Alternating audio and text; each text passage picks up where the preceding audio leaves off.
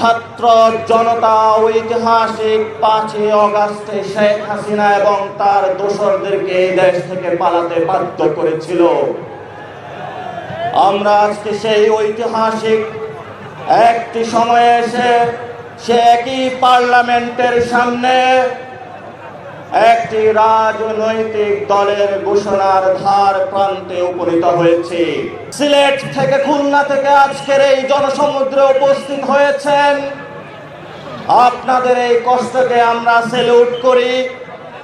আপনাদেরকে আমরা কোনো টাকা পয়সা দিয়ে আনি নাই, আপনাদেরকে কোনো লোভে দেখিয়ে আজকে এই জনসমুদ্রে আমরা উপস্থিত করি নাই।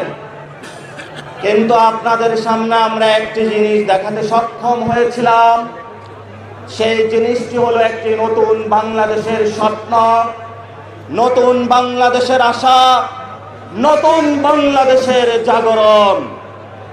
এই জাগরণে আজকে আপনারা ঐতিহাসিক পার্লামেন্টের সামনে উপস্থিত হয়েছেন। যেই পার্লামেন্টের সামনে থেকে ছাত্র জনতা ঐতিহাসিক 5ই আগস্টে শেখ হাসিনা এবং তার দোসরদেরকে এই দেশ থেকে পালাতে বাধ্য করেছিল। আমরা আজকে সেই ঐতিহাসিক একটি সময়ে এসে সে একই পার্লামেন্টের সামনে একটি রাজনৈতিক দলের ঘোষণার ধার প্রান্তে উপনীত হয়েছে। কেন এই ঐতিহাসিক ধার প্রান্তে উপনীত হয়েছে আমরা? কারণ গত 53 বছরে যে রাজনৈতিক ইনস্টিটিউশনগুলো রয়েছিল, স্টেটের ইনস্টিটিউশনগুলো রয়েছিল, কোন সিস্টেম কাজ করছে না বর্তমানে। এমন অবস্থায় ছাত্র তরুণদের একটি রাজনৈতিক বাংলাদেশের অপরিহার্য বিষয় হয়ে দাঁড়িয়েছে। এখানে আমাদের অগ্রজ যারা রয়েছেন, বিভিন্ন দলের নেতৃবৃন্দ, আপনারা জানেন এই বাচ্চাগুলা যখন রাজপথে রক্ত দিয়েছিল, 72 সালের সেই সংবিধান বাচ্চাগুলার রক্ত বা জান কোরবানিকে কোনোভাবে ফেরাতে পারে নাই। এই মানুষগুলো যখন রাজপথে রক্ত দিয়েছিল, বাংলাদেশের যে সিস্টেমগুলো রয়েছে সেই আমাদের ভাইদের বুকের উপর পুলিশের গুলিতে জঞ্জার হয়েছিল তাদের বুকগুলো। এমন কোন রাষ্ট্রীয় প্রতিষ্ঠান বাংলাদেশের বাকি ছিল না যে একটি প্রতিষ্ঠান আমাদেরকে ভাইদেরকে রক্ষা করতে পেরেছিল। এই জন্য আমরা আজকে এই মহেন্দ্রক্ষণ সন্ধিক্ষণে দাঁড়িয়ে সকল শহীদদের ফ্যামিলিদের উপস্থিতিতে, আহতদের উপস্থিতিতে, রাজনৈতিক নেতৃবৃন্দের উপস্থিতিতে, কূটনৈতিক উপস্থিতিতে, সারা বাংলাদেশের বৈষম্য বিরোধী ছাত্র আন্দোলন এবং জাতীয় নাগরিক কমিটির লড়াকু যোদ্ধাদের উপস্থিতিতে একটি সন্ধ্যার এই মহদ্রক্ষণ উপস্থিতিতে আমরা একটু পরে একটি রাজনৈতিক দল ঘোষণা করতে যাচ্ছি। এ রাজনৈতিক দল ঘোষণার পাটাতনে 2টি অর্গানাইজেশন কাজ করেছিল। বিপ্লবের নেতৃত্ব দিয়ে ছাত্রদের বৈষম্য ছাত্র আন্দোলন যখন স্বাধীন বাংলাদেশ প্রতিষ্ঠা করে দিয়েছিল, নাগরিক শ্রেণী দিক হারা ছিল।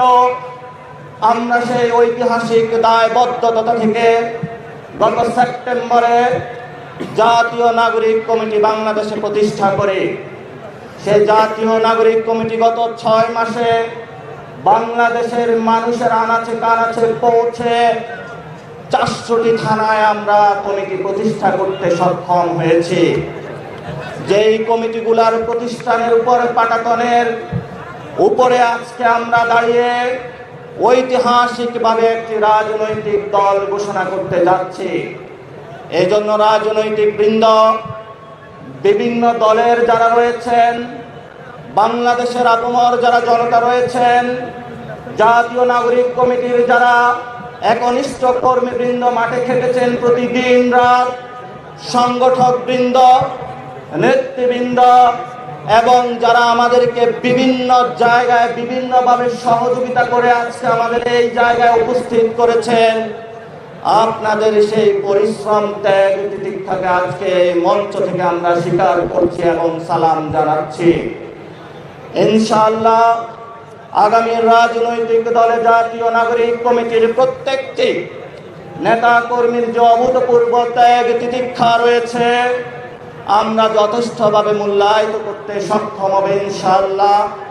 এবং যে সকল আমাদের ভবিষ্যৎ নেতৃবৃন্দ রয়েছেন বিভিন্ন দেশের আনাচে কানাচে, এই জাতীয় নাগরিক কমিটির যারা আমাদের খেটে খাওয়া মানুষ, পাড়ায় মহল্লায় যারা কমিটি গুছিয়েছেন, আপনাদের কাছে আমরা তাদেরকে আমানত রেখে যাচ্ছি।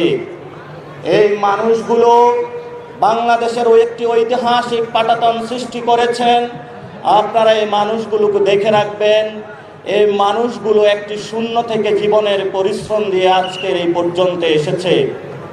সাথে সাথে ছাত্রদের যে নেতৃত্বে যে দলটি আসবে, ছাত্র ভাইদের উপরে কর্তব্য রয়েছে, যারা আপনাদেরকে সাপোর্টে এসে দাঁড়িয়েছে জাতীয় নাগরিক কমিটির নেতৃবৃন্দ এবং কর্মীবৃন্দ, আপনারা তাদের সেই ত্যাগ তিতিক্ষার মূল্যায়নের জায়গায় থাকবেন। এবং যখন দল সৃষ্টি হবে আমরা যাতে আর কোনো ভেদাভেদ না দেখি, ঐক্যবদ্ধভাবে বৈষম্য বিরোধী ছাত্র আন্দোলন এবং জাতীয় নাগরিক কমিটির যারা রয়েছেন তাদের কাঁধ মিলিয়ে আপনারা যুদ্ধ করবেন। এই দাবি রেখে আজকের এই ঐতিহাসিক মঞ্চে আমি আমার বক্তব্য শেষ করছি। পরিশেষে যারা বাংলাদেশের আনাচে কানাচে থেকে আজকের এখানে উপস্থিত হয়েছেন আপনাদের কাছে কৃতজ্ঞ।